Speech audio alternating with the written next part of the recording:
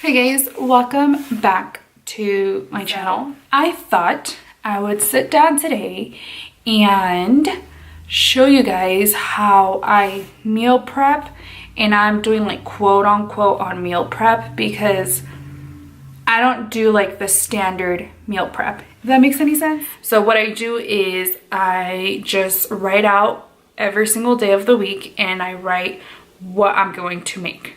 So basically I'm going to show you guys how I come up with what I'm going to cook for every day for dinner, and I'll show you what I have for breakfast and lunch, and then we'll just go on from there. Overall, where I get my inspiration from is from Pinterest. So usually I get my dinner recipes from Usually I get my dinner ideas from Pinterest. By no means I'm like legit professional or like I know what I'm talking about, if that makes any sense.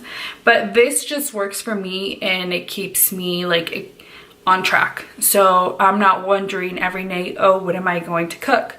And also I don't actually meal prep because I don't like pre-packaged food. I don't like, for example, like I used to do this before and it does work for me, but I just get bored of it and then I end up giving up. So that's why I really don't like doing it anymore. So what I do is I just cook on that same day.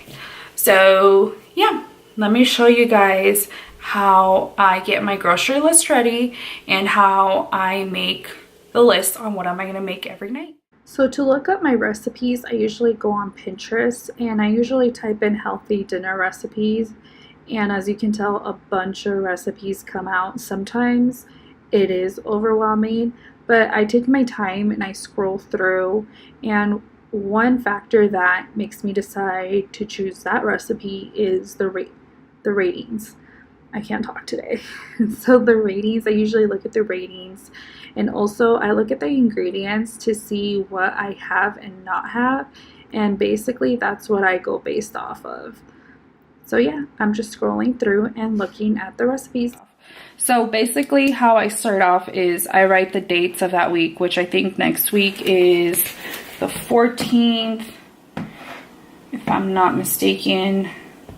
I didn't check on this one. I think it's the 14th. Yeah, it's the 14th through the 19th.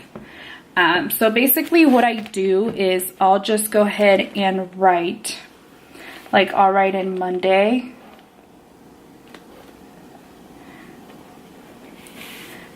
And then I'll go ahead and write Tuesday. On Saturday and Sunday, I combine them because I do give myself a break once a week, so we'll eat out one of these days. So I don't know if it'll be Saturday or Sunday. Okay, so right after I write down Monday, Tuesday, Wednesday, Thursday, and Friday, and Saturday and Sunday, as I explained before, one of these days we eat out. So on here, I'll just write down what I'm gonna cook for dinner. And usually for breakfast, it's the same every single morning, so I don't even write down for breakfast anymore.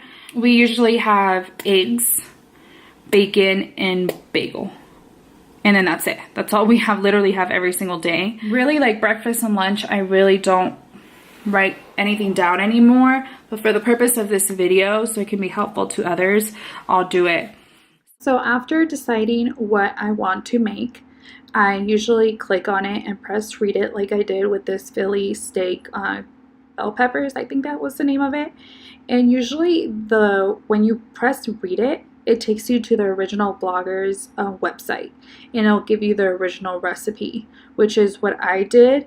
And usually it's at the bottom of the page, but as you can tell, I'm having a hard time finding it. And eventually I realized that this website has several recipes, so you have to click on the actual title of that.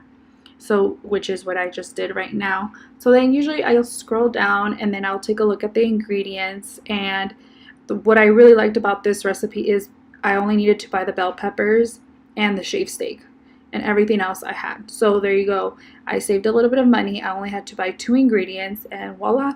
And once I decide, I usually pin it to my dinner pin. Usually what I do is, so when I find the recipe, I click read it like you guys saw, and then I'll look like to see, I also try to budget at the same time. So I'll see like the recipes where I have the most the most ingredients from. So I just have to buy small stuff.